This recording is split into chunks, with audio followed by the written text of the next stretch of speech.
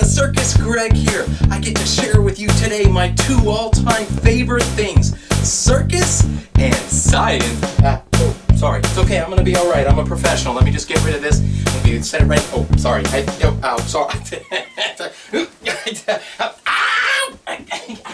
Ow! It's not funny, something bit me. It's alright, I think I'm good. Ow!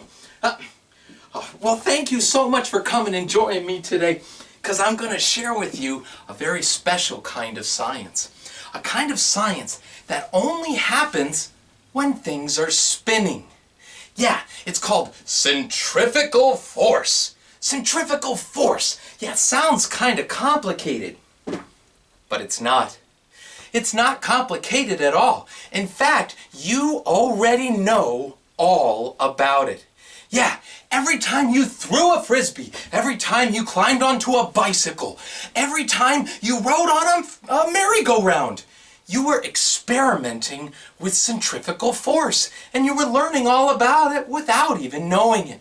So today, we're going to try an activity together. We're going to build something that you can use to learn even more.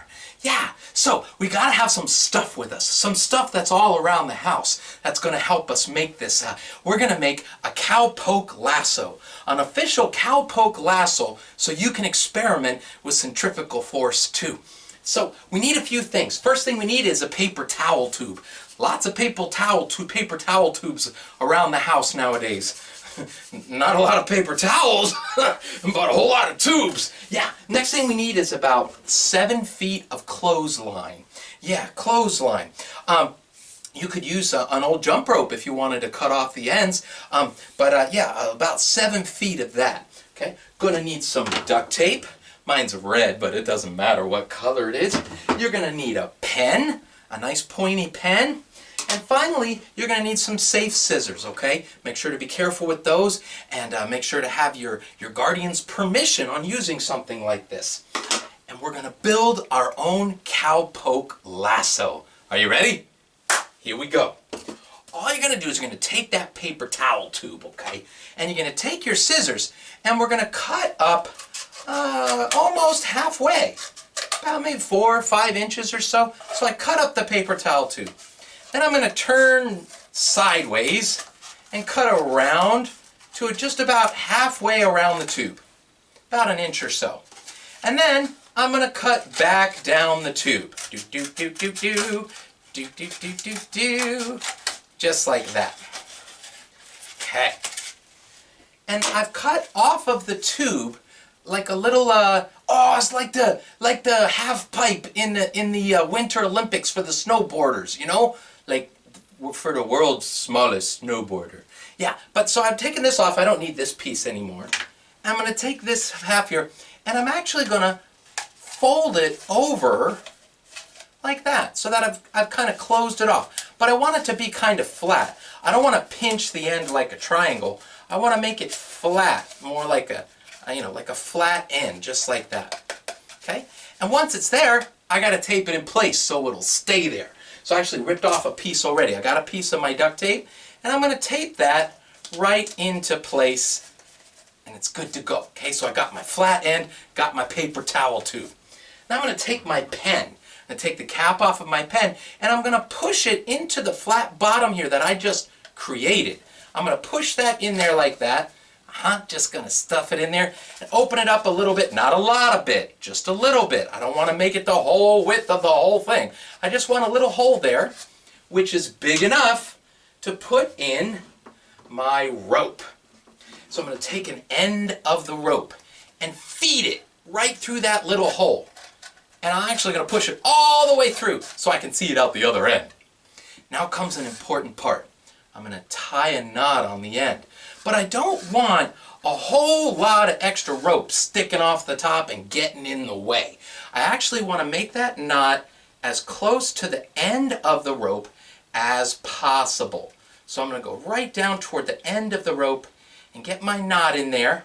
Okay, get my knot in there so it's right towards the end of the rope. Yeah, right there. Okay, good. Oh, we're getting close now. And then I can pull this back in nice and gently until the rope is at the bottom. The reason I didn't want extra rope sticking out is because the knot has to be able to turn. Okay? The tube has to be able to turn.